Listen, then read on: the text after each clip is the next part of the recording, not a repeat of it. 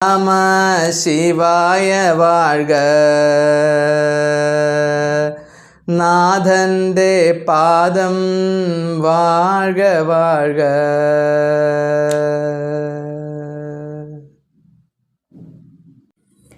മാണിക്യവാചകസ്വാമിയുടെ തിരുവാചകത്തിലെ അടുത്ത ചില പദ്യങ്ങളിലേക്ക് നമ്മൾ കടക്കുകയാണ്.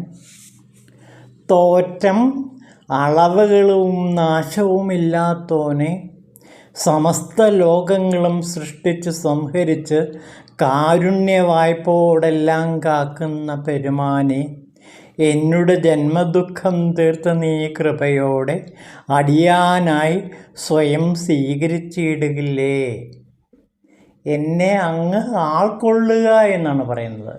എന്നെ പൂർണ്ണമായും അല്ലയോ ഭഗവാൻ അങ്ങ് പിടിച്ച് വിഴുങ്ങുക, എന്നെ സമ്പൂർണമായി ഉൾക്കൊള്ളുക, എന്നെ ആളുക. അപ്പോൾ ഞാൻ അങ്ങയിൽ പരിപൂർണമായി ലയിച്ചു ചേരട്ടെ. അങ്ങ് എങ്ങനെയുള്ളവനാണ്? തോറ്റം, അതായത് ഉത്ഭവം എന്താണെന്ന് അങ്ങ് ഇങ്ങനെ എവിടെ നിന്നുണ്ടായി എന്ന് പറയാൻ പറ്റില്ല. അങ്ങയുടെ ആദിയെക്കുറിച്ച് ആർക്കും പറയാൻ പറ്റില്ല. അളവുകളും കൊണ്ട് അളക്കാനും പറ്റുകയില്ല. അപ്പോൾ ഓരോ അളവ് പോലും അളക്കാൻ പറ്റാത്ത തരത്തിൽ അത്രയ്ക്ക് അഗാധമായ ആഴങ്ങളുള്ള അല്ലയോ ഭഗവാൻ, നാശമില്ലാത്തവനെ, ഒരിക്കലും നശിക്കാത്തവനെ. അപ്പോൾ ഉത്ഭവവും നാശവുമില്ലാത്ത, ഒരിക്കലും ഒരു അളവ് പോലും കൊണ്ടും അളക്കാൻ പറ്റാത്ത, സമസ്ത ലോകങ്ങളും സൃഷ്ടിച്ച് സംഹരിച്ച് കാക്കുന്ന അല്ലയോ പെരുമാനെ.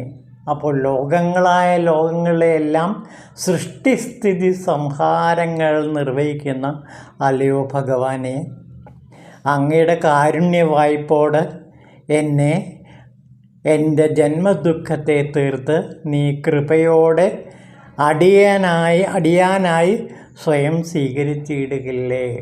എന്നെ നീ അടിയനായിട്ട് സ്വീകരിക്കുകയില്ലേ. ഞാൻ അങ്ങയുടെ അടിമയാണ്. ആ അടിമയായിട്ട് അല്ലയോ ഭഗവാൻ എന്നെ സ്വീകരിക്കുകയില്ലേ.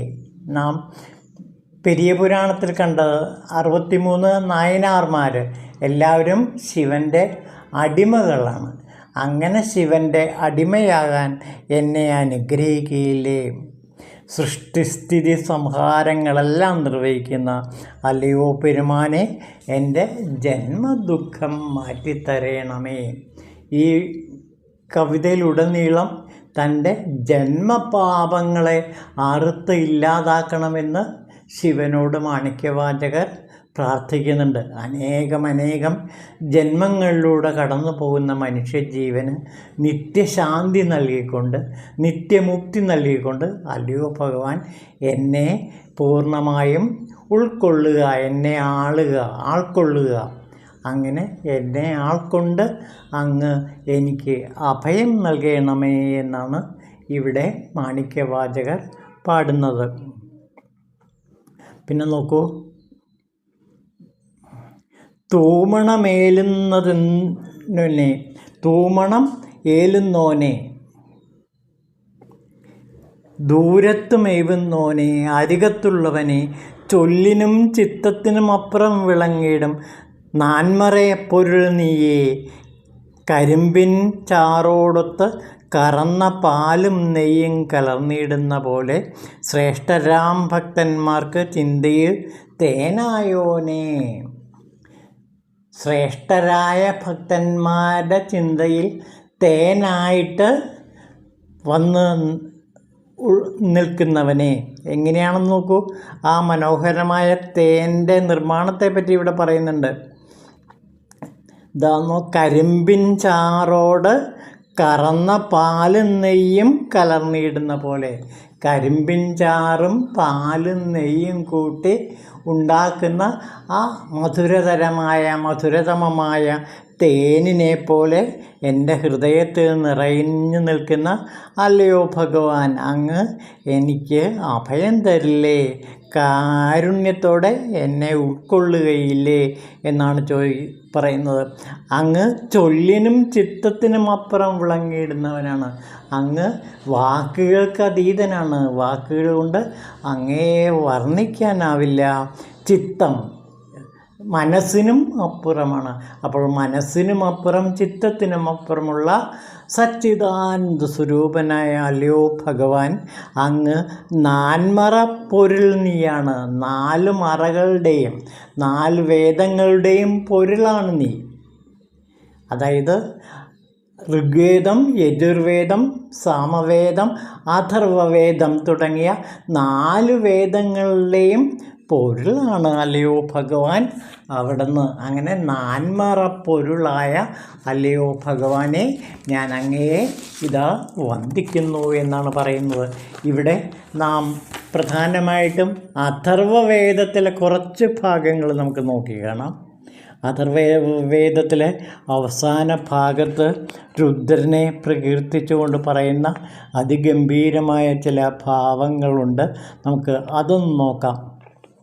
നോക്കൂ, വാക്കുകൾക്ക് വിവരിക്കാനാവാത്ത തരത്തിലുള്ള, ചിത്തത്തിന് സങ്കല്പിക്കാൻ പോലും പറ്റാത്ത അത്ര മഹത്വമുള്ള, അത്രയ്ക്ക് അഗാധമായ, ആദിമധ്യാന്തഹീനനായ, സ്ഥിതി സംഹാരകർത്താവായ ആ രുദ്രനെ അഥർവവേദത്തിൽ വാക്കുകളിലൂടെ ആവിഷ്കരിക്കാനൊരു ശ്രമം നടത്തുകയാണ്.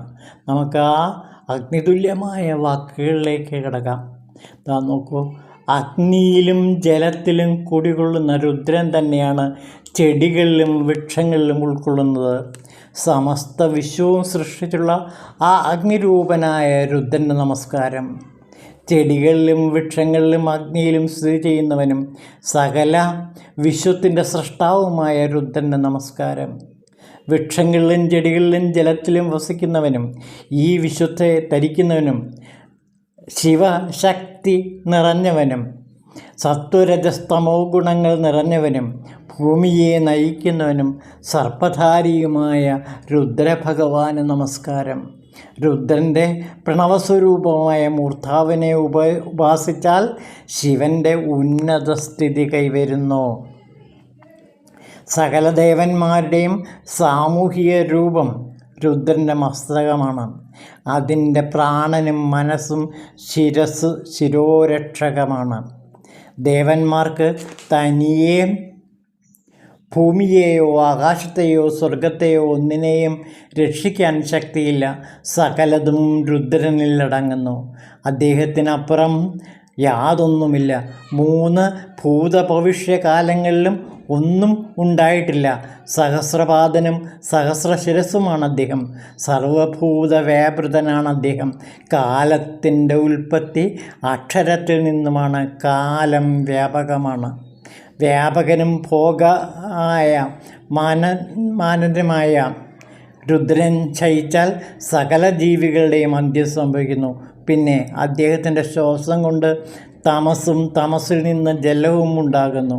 ആ ജലം വിരലുകളാൽ മതിക്കപ്പെടുമ്പോൾ ശിശിരത്തുവിലെ പോലെ മഞ്ഞുണ്ടാകുന്നു. അതിനെ മഥനം ചെയ്യുമ്പോൾ നുരയും, നുരയിൽ നിന്ന് അണ്ഡവും, അണ്ഡത്തിൽ നിന്ന് ബ്രഹ്മാവും ഉണ്ടാകുന്നു. ബ്രഹ്മാവിൽ നിന്ന് വായുവും, വായുവിൽ നിന്ന് ഓങ്കാരവും, ഓങ്കാരത്തിൽ നിന്ന് സാവിത്രിയും, സാവിത്രിയിൽ നിന്ന് ഗായത്രിയും, ഗായത്രിയിൽ നിന്ന് ലോകങ്ങളും ഉത്ഭവിക്കുന്നു. അദ്ദേഹം തപസ് ചെയ്യുമ്പോൾ സത്യമുണ്ടാകുന്നു.